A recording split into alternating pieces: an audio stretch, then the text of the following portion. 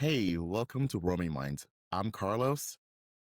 I'm AJ, and here we talk about the thoughts that kept us out of all the really good schools. You know, those quiet spirals, the questions that keep you up at night, and the trials and tribulations that we all face as human beings. This show is part reflection, part reminder. We're not broken, we're on a journey of growth. Please note that this conversation should not be taken as medical or professional advice. See the link in the description below if you require immediate help. Every week, we unpack what it means to choose joy. Not the loud version that Karen is peddling, but the quiet, hard-earned kind that comes from finally feeling like yourself again.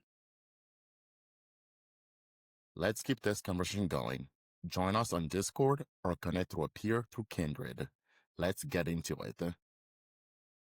What I do find very, very interesting is that it's not it's not like social media is just bad. There's this very interesting paradox that occurs where it is got some negative aspects to it, but there's also some positivity going on inside of social media channels. I think that's very important to kind of understand and to see. I think it's important to push this idea that just because it's a form of social media doesn't mean it fits under the headline of social media is ruining mental health in this country. That's quite a statement. That's quite a bold statement. And I'll start off with this very interesting example. When I was a kid, in my fifth, sixth, seventh grade, I don't know, who knows, right around in that time frame, there's a kid that went to school with us. As to who started it, as to why it started, I don't know. But most of the time, so let me give you at least a little bit of a backstory. I went to private school. We would be dropped off outside and we would have to wait until the doors opened. There was none of this like, the doors are open, you can come in and go find a spot. We literally waited outside until the doors were open. All grades from kindergarten to eighth grade. How we got away with that, I don't know. But whenever this kid showed up, and it wasn't regularly, people would take turns pushing him into the bushes. Why I don't fully Hmm. remember because it was a long time ago. It was horrible. It was terrible. There was nothing good about what anybody was doing. Nobody said a word, and nobody had any fucking clue that this was going on. Now we jump forward. That was fifth grade, was in the mid 90s somewhere. No, not mid, towards the late 90s. Yeah, because I graduated 2002 from there. Yeah, so late 90s, early 2000s, whatever. Fast forward 25 years, and we're getting bent out of shape because somebody was called a loser on a social media post. I'm not telling you that that's appropriate at all. But in the grand scheme of things, which is worse?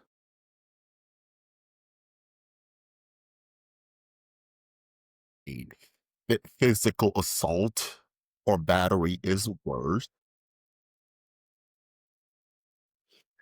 But again, that's just me because some people are not. I'm trying to find a nice way of saying this. Maybe emotionally. Help me out here. Fucking it's not a Emotionally nice. damaging? But the thing about physical is you get physical and emotional, not just emotional. Yeah. And not only, aside from that, the best thing about social media is it shows you that it's happened. At no point can I make any, I can't do something fucked up to somebody on social media and hide it. It doesn't happen because there's a timestamp, there's logs, it's out there. It is so easy to figure it out. At my school, there was no cameras. There was no, obviously, we didn't have cell phones because it was the late 90s. They didn't, I mean, not that they didn't exist, but they weren't common at that point. Nobody knew that this was going on. There was no awareness of it whatsoever. And I think that if anything,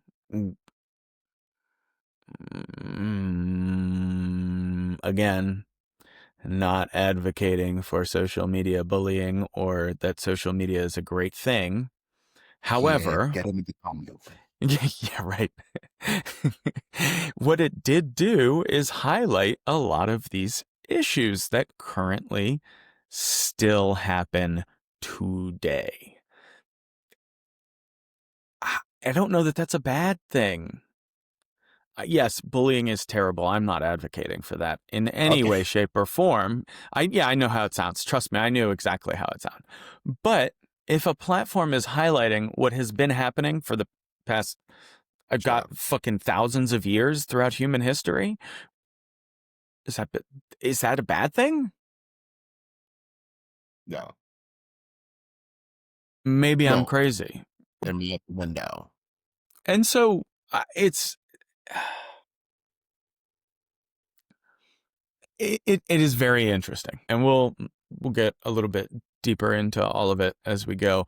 I do want to kind of get away from that story just a little bit and kind of talk about what we're talking about when it comes to social media: Instagram, TikTok, Facebook, Discord, Reddit, anything that allows you to engage with another human being on in a social environment. I think Hmm. I think that those platforms have very, very interesting opportunities to be able to help us build positive social communities. I'm going to come back to what we were talking about last week. Those technologies are still too new. Yes, we know how to build communities. We've learned how to do those kinds of things. Religion has been around forever. We figured out how to build communities at a very, very early time. But with without that logging of what happens, right? Fucked up things happen inside of communities. Hmm. Priests touch little boys, people meet people that they shouldn't. The list is on and on of the fucked up things that people have done to other humans. We don't need to go down that. But these platforms do kind of offer a way of monitoring the issue. And if we focus maybe a little bit more on guardrails, it may actually help and aid in teaching the next generation more about how to interact in a positive manner in social situations. This is the plight of everything. Well, Hmm. I want my kid to be social, but if he's not being socially appropriate, what am I going to do? Well, I'm going to go stand over him 24/7 and say, no, don't do that. No, don't do that. No, that's wrong. Don't do that. The things that I had to learn as a kid by myself, because that's just what we did. Nobody was watching us like that. Is literally become the goal of parents today. And social media can do that. You are Gen Z, correct? Technically, yes. 2.5 hours to 3 hours a day on social media is what your generation spends on average on social Okay. media. I'll say that's about right for me ish. Holy shit. That's crazy. I mean, not crazy, but that's a lot in my mind. I'm not saying that there's anything wrong with it. It's just, that's a lot. But it also kind of goes back to what we were talking about last week with changing times. You guys will be in the same room with each other on social media, sitting there talking to each other. I can't even fathom doing that. And I have no idea how that's going to shift as things go on. Uh, I mean, it's a real fascinating thing because I've been on FaceTime with people. I've been on FaceTime with one of my friends, and then we will be DMing each other on Instagram, having two completely different conversation. I mean, it's a fascinating thing. So I am talking to you here, but then I'm also having a different conversation with you on another app. That is amazing to me. That really is. One of the kids that I teach told me the other week that they fell asleep on FaceTime talking to somebody, and the Yeah. other person fell asleep on FaceTime while talking to somebody, or talking, they both fell asleep while talking to each other, and then woke up in the morning and figured it out. And I was like, why? Why? I've done that. I think it highlights this very like innate need for us to be social, especially with everything that's happened since COVID and the more isolated nature of the more recent times. It's platforms that can be very, very helpful for finding communities. For self-expression is a big one amongst social media, because that's really, I noticed it a while back that a lot, at least when I was in high school, self-expression was a pretty big deal. And the way you dress, the way the groups that were indicative of the groups that you kind of fit into a lot of the time. But in more recent years, observing high school, everybody kind of looks a lot of the same these days. That self-expression has kind of migrated onto online platforms, reducing the need to do it in real life. And it's just an interesting shift. I think, again, we need that self-expression. We have to kind of have self-expression in some capacity in this day and age. We have to have communities. It's not going to be good for me if I sit in a room by myself for 24 hours a day, 7 days a week. I have to have some sort of community around me. That's super important, right? And then additionally, right, and this is a big one, you can get help from social media in very bite-sized chunks. And yes, there is plenty of misinformation out there. And I think labeling it misinformation right away can be harming to the overall effect. Because if I just say, oh, well, that's not true, it must be misinformation. Well, maybe it's not misinformation, and maybe it really did work for that person. Why? Because, as we talked about in season 1, that idea of mental health versus wellness. What works for my wellness may not work for your wellness. One of the biggest ways of maintaining agency in the 21st century is going to be able to figure out what is relevant for you in order to go forward, because anybody can put out content. I mean, clearly it's not hard, especially this day and age, and there's tons of information out there. That's not a bad thing. It's hard, and it's something that we've never had to really deal with before. We've never dealt with such an abundance of information that we don't know how to handle it. But the grass is not always greener on the other side. And there are very, very real issues with social media. It's not, we've all heard them, at least something, seeing people who are constantly, let me rephrase that, when they always just post how good they're doing. It doesn't make you feel good when you're not doing so good and looking at social media like, motherfucker, God dang it. And a part of that, you can say, well, why are you comparing yourself to other people? Come on. We're constantly, hey, no matter what, I have to.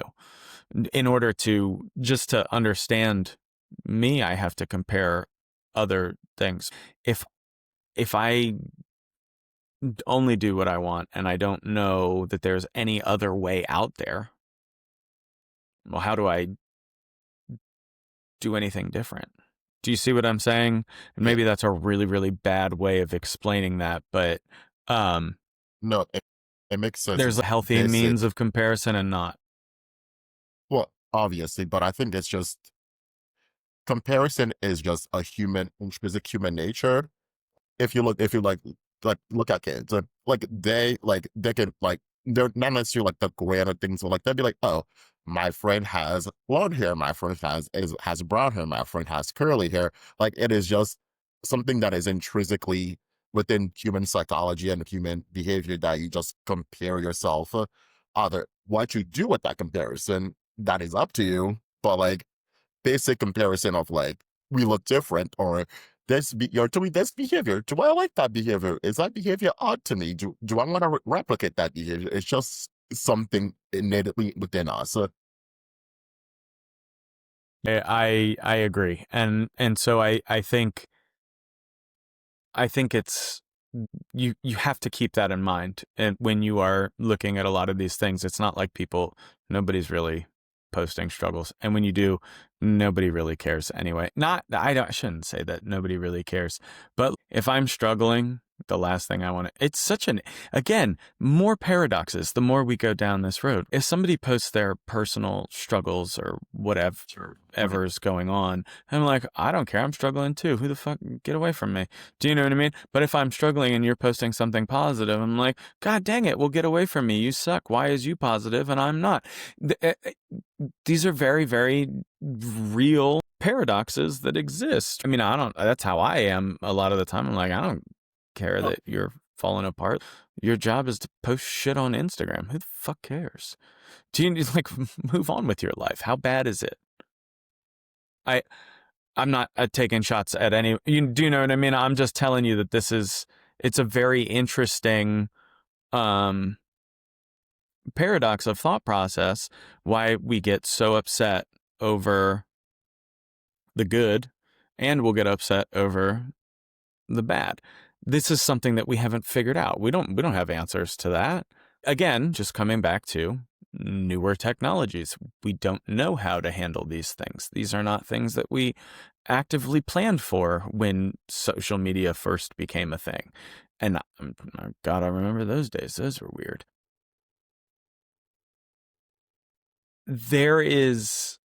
There's so much that can go wrong in all of that. You can lead to all of those issues with body image and only being positive, that toxic positivity that everybody loves. I'm not sure if everybody loves toxic positivity. I don't know about all of that now. I agree, but I'm gonna have to. I always throw it out there anyway, and so it does kind of breed these things, but this wasn't something that just came about because of social media. We had body image issues before social media. We had toxic positivity. Yeah, probably. Who knows? I didn't know anybody like that. I probably did, but I don't remember them. Probably. The thing is, nothing in today's society is new. It just takes new shape and form based on what is available. So it's not that certain things did not exist before. Maybe the prevalence of them may have been smaller or bigger based on the context you look at them. But a lot of the thing, again, that's one thing about society. Nothing is ever new. We just do the same thing, just put a new coat of paint on it and then try to fix it. And then we think we fix it. And then 20 years later, the same, our kids will do the same thing and then just keep like doing this. Just the circle continues. Right. And that's why I like the analogy to social media just being an amplification device. All it did was amplify the issues or the benefits with which we exist inside of. Because again, I've definitely had issues with bullying. We've definitely had issues with body image, all of these things long before social media was even a thing. But that doesn't mean that the social media hasn't impacted my life in ways that it has been beneficial. I mean, I do. I mean, I personally get a fair amount of news from social media, but I'm constantly back and forth checking. I read multiple different sources. It's not like I'm like, I get all of my news from TikTok, and that's it. That's it. Because nobody else tells it like TikTok does. That's obviously not good. It really does bring up this really interesting question of what is the cost of always being visible? And I think that the cost of it is that we have to be more responsible in how we use these tools. Again, social media is a tool, just like anything else in this lifetime. How is it that we are using this tool? Okay. And I can use it for good. I can use it to go out and find communities that I would like to be a part of, whether that be neurodivergent communities, whether that be LGBTQ communities, whether that be other communities that are more right-wing oriented that aren't harmful to people. I don't know any because it's just not as well known. I'm not saying they don't exist. Please believe we're trying to encompass everything. I just don't know any of them. But they exist. I'm sure that there are positive ones out there. They're probably centered more around like religion and things like that, and those communities exist on social media. Finding people with shared interests, as long as they are not harming other people, there's nothing wrong with that. That's great for everybody's mental well-being. I love that. Now, we do have some issues that do arise. Some of it can really become like acting and, hey, look at me, everything's great. And maybe it is, and maybe it isn't, but the constant pressure to upkeep a facade is not going to help anybody. That is a very, very real concern, at least that I have. And maybe I don't, maybe let me rephrase that. I'm gonna completely wipe that out. I'm going to finally, after 30 some years, adjust my stance on this situation. As long as you have one person that you can be real with, I don't think it really matters. But, and that's a very big but, you have to have somebody that you can be real with. It's a slippery slope because you're like, oh, well, I am constantly putting on different faces for everybody.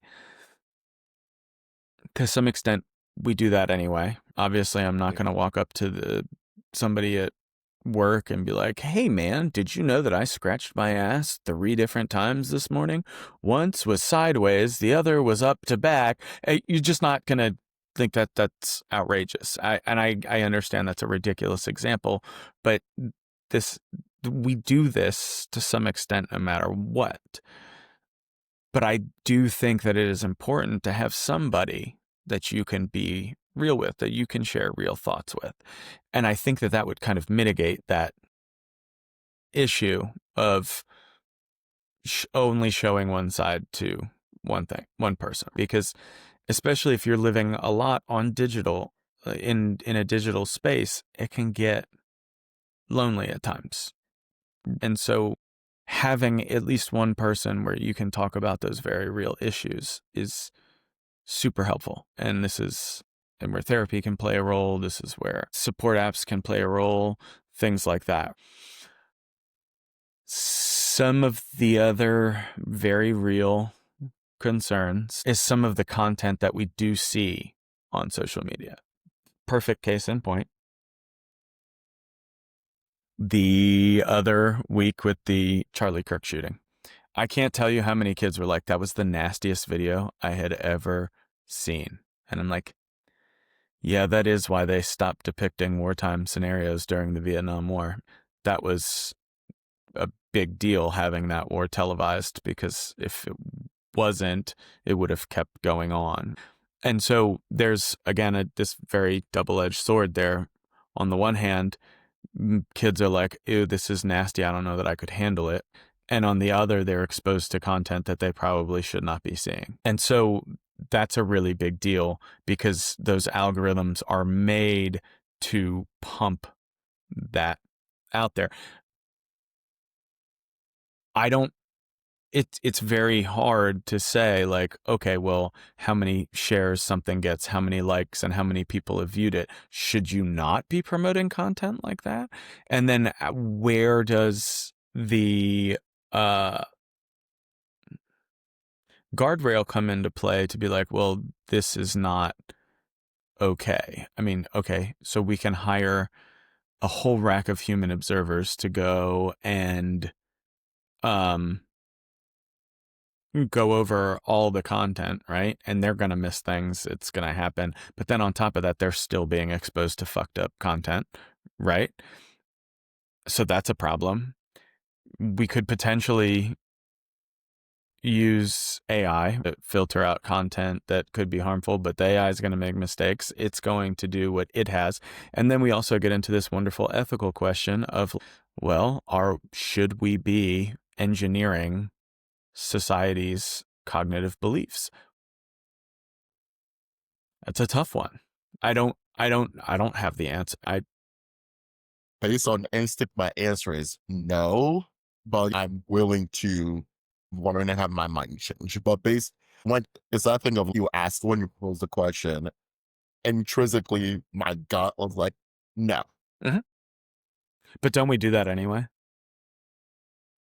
To a certain degree, yes, we do. Right. Uh, I know when my kid behaves like an idiot in public, you're like, what are you doing? And maybe not like an idiot. That's bad. But when he behaves in a way that is not socially appropriate, it's, hey man, let's not do that. Let's try and do it this way. This is a way of social engineering.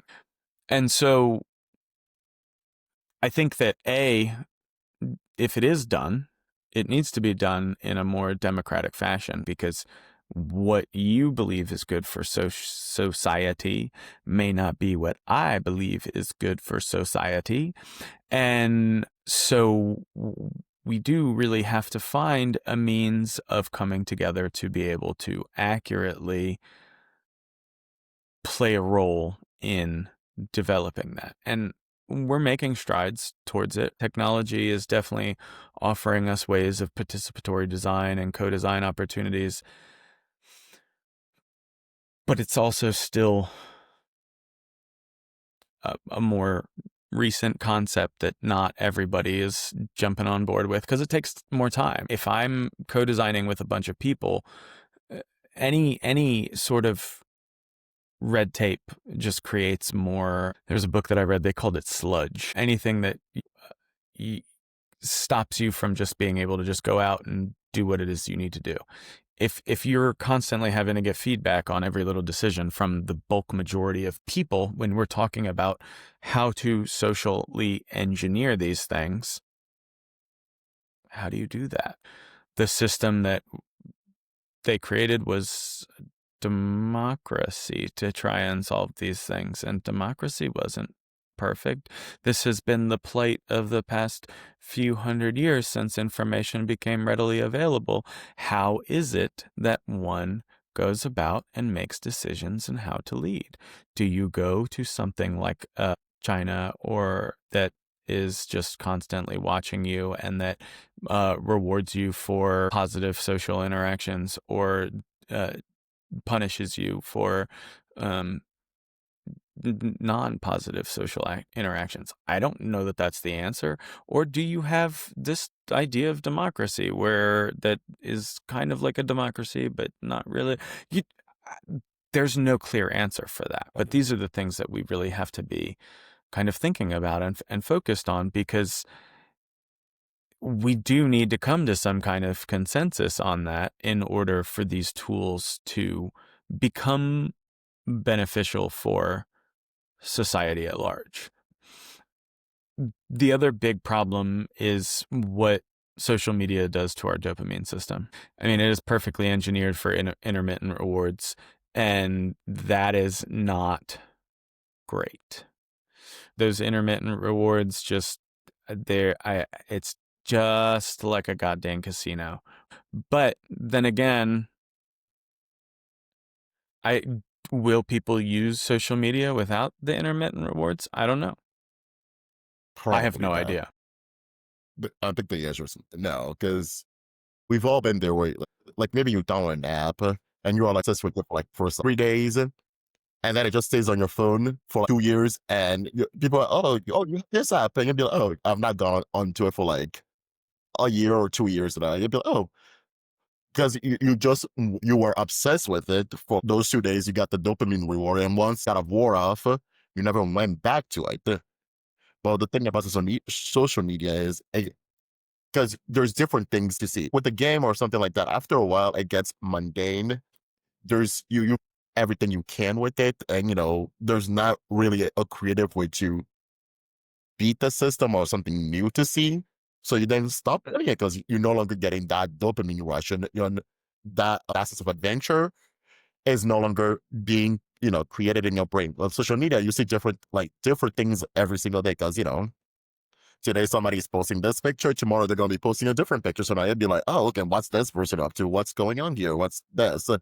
And with that, there is just a vast of things you can see, like pretty much that you can think of is on some kind of social media forum or anything. So it is just a vast sea because you sit there, we all do it, and you're just thinking, and you're like, oh, and some idea will pop up into your head, and then you'll look it up, and then you'll be like, oh, there's an Instagram page for this, there's a Reddit subreddit for this, there's a Discord for this, and then you just kind of go down the rabbit hole, just keep going. Or there's a YouTube channel or something like that, and then you go on one, then one thing leads to another, then leads to another, and then you're just falling down the rabbit hole essentially.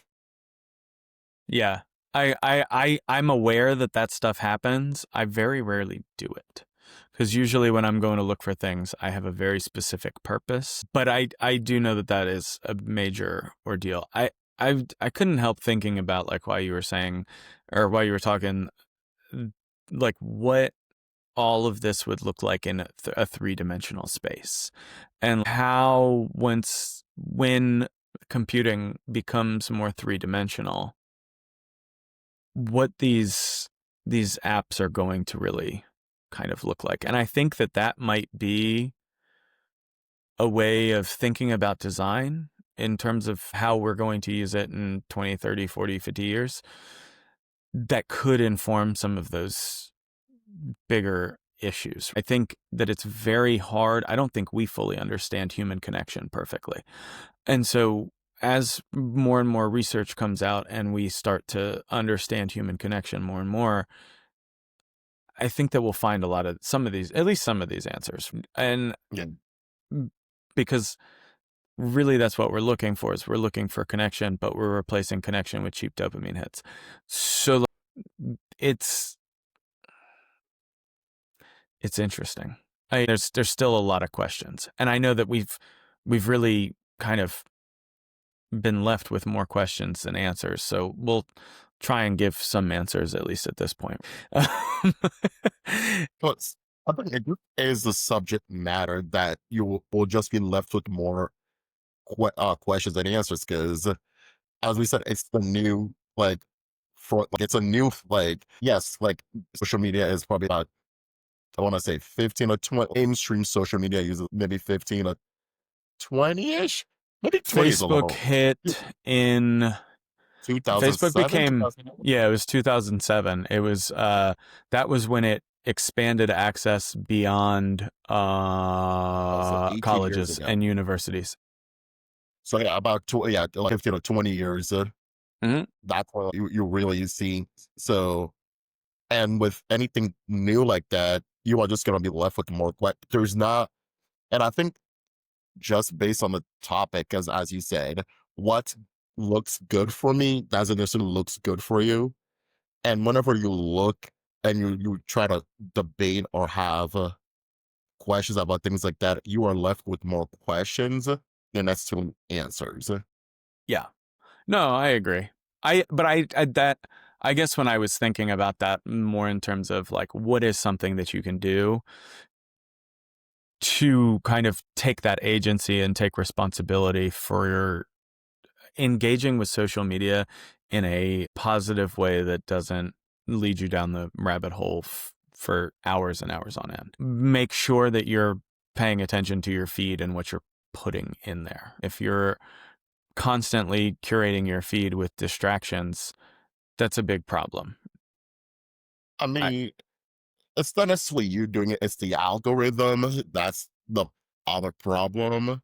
but it depends on what you're following too. If I'm Uh, following a bunch of pornography, that's not going to be in my best interest because I'm just going to keep getting cheap dopamine hits regularly.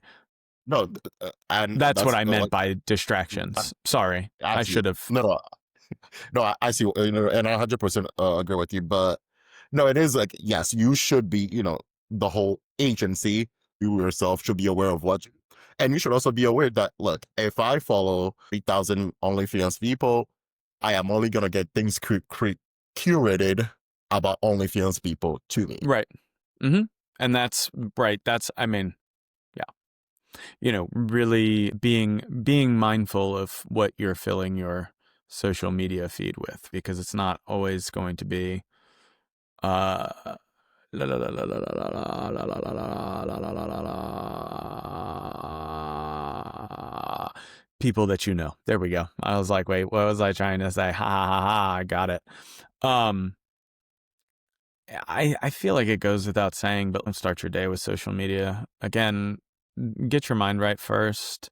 Don't end your day with it. Like, end it with reflection. Start it with getting your mind okay. I I'm not mean, telling you. I do those, but like, look, I am the Hmm. person who would wake up. I will stretch, Yeah. look at the time, then open my phone, go on there, and then do the reflection. Hmm. I mean, I still do the reflection, but it's just like the second thing that happened, not the first thing. And same thing Yeah. with like the bed. I will think about how my day went. If I need to journal, I'll journal and all that stuff. And then I'll lay in bed, and then I'll be like, can't fall asleep. What's Yeah. going on? So I will tell you that is one thing that I do not um give myself any leeway on. If I wake up in the middle of the night and cannot go back to sleep, the only thing that I do is lay there with my eyes closed. I do not do anything else because I know that if I don't, it's going to interrupt pattern. That's really bad. However, that No, being said, again, I'm aware, as we said before, I don't know if this was recorded or not, that I give a lot of advice that I don't follow myself. I am fully aware of what's good and what's bad. Just because I'm aware of it, that doesn't mean I follow it.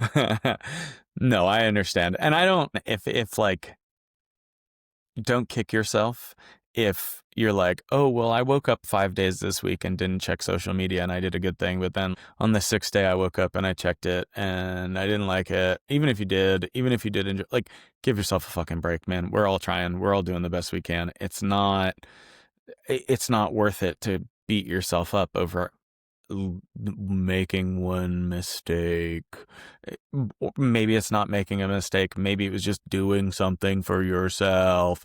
I don't know. Input your needed framework here in order to maximize your mental well-being. I, Yeah, what more can I say about that? perfectly said. It's that thing of what I think what this is going back to is agency and knowing yourself. For example, I've been not trying not to do sugar. When I say try not to do sugar, I mean additive sugar, processed sugar, and all that stuff. Yeah, But yeah. like, I went out to dinner the other day, and what's it called? Everybody was ordering a drink, so I was like, I ordered a drink. So is me ordering a drink with a little bit of sugar in it the worst thing in the world? No.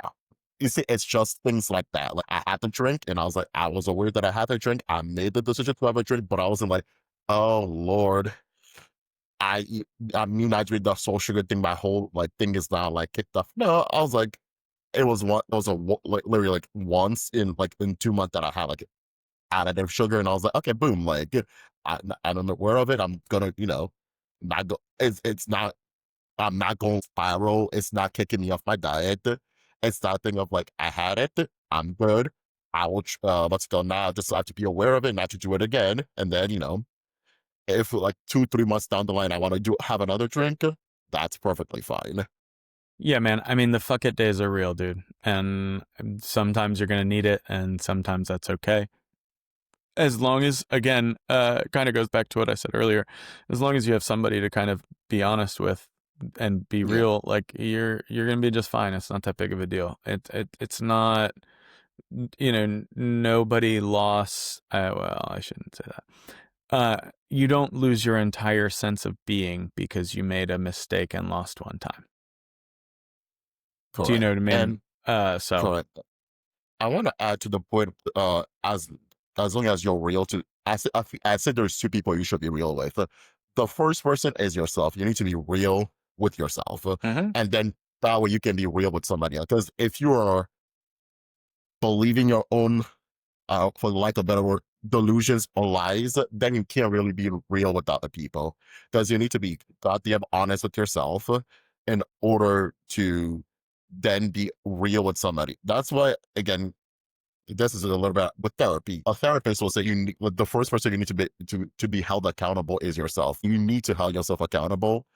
Then you can come prepared to the sessions. Because if you now being accountable to yourself, you're telling half truths or half lies or whichever one you want to spin it, you can't expect some kind of change or some kind of improvement because you are working, you are being given techniques or um ideas, or you are going to find ways of improvement on not the truth but the half truth. So then you are just going to keep on doing the quote unquote bad. I don't want to say bad things, but the bad things Mhm.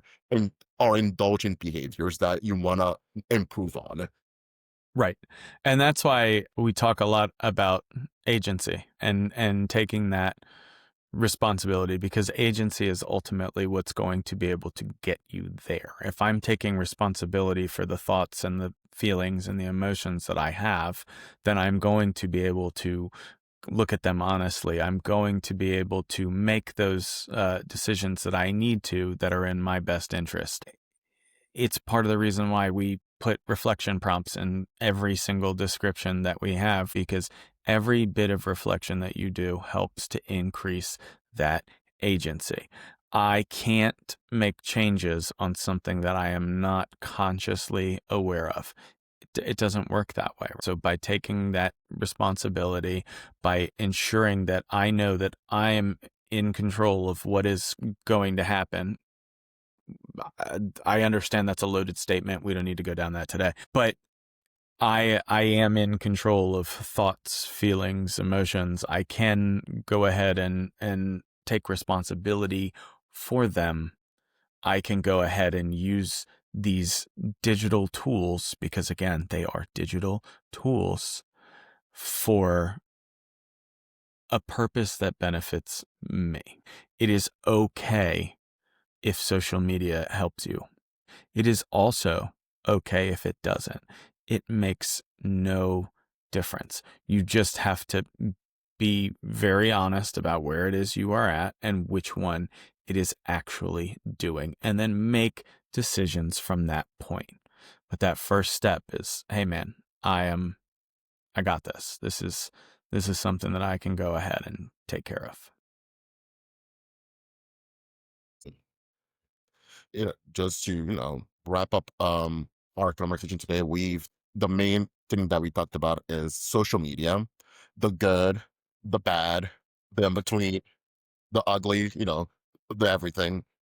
But the main thing that we want to reiterate is that you need to have some kind of agency and some kind of perspective on what you're doing, or else you can easily divulge into the bad side of social media. Because social media itself and its concept, I think you and I have agreed that it's not necessarily a bad thing. The creation social media existing is not a bad thing. It's how we use it and how we let it shape our life and integrate into our life that can lead into the quote unquote bad things. Because social media can be great for creating communities, um, um, shaping society and different things that that we've had in the past before, that that now social media can be a global thing that we can do. Because you brought up the example of before you have small communities of like other religious group, but like typically like those groups were literally physically confined to the community. Now you can have a community of people over the whole entire world, and bring you different perspective, new ideas, which is great. But there is, which we've always heard of, there is the bad side of social media, and you just need to know how to navigate through those treacherous waters. Make sure, if you, going back to the idea of agency, if you want something, know how to get for it. Like, don't be following specific accounts that are going to be then the algorithm is going to keep more of those things for you to keep coming back, so you can be distracted and get those dopamine hits. So you just be careful at the end of the day. And the one thing we want to drill is agency, agency, agency. Thanks for listening, everybody. Carlos and I greatly appreciate it. Comment something that resonated with you today. We are here for support, feedback, or anything else that you want to share. Join us on the Kindred app, a perfect space to keep unpacking what came up during the episode. Get live, peer-to-peer support from people with shared experiences. Kindred is built for those moments that no one else sees. Take this one step deeper by reviewing today's reflection prompt in the show notes. Please don't forget to subscribe, like this video, and tune in next week for a new episode. Until next time, choose joy.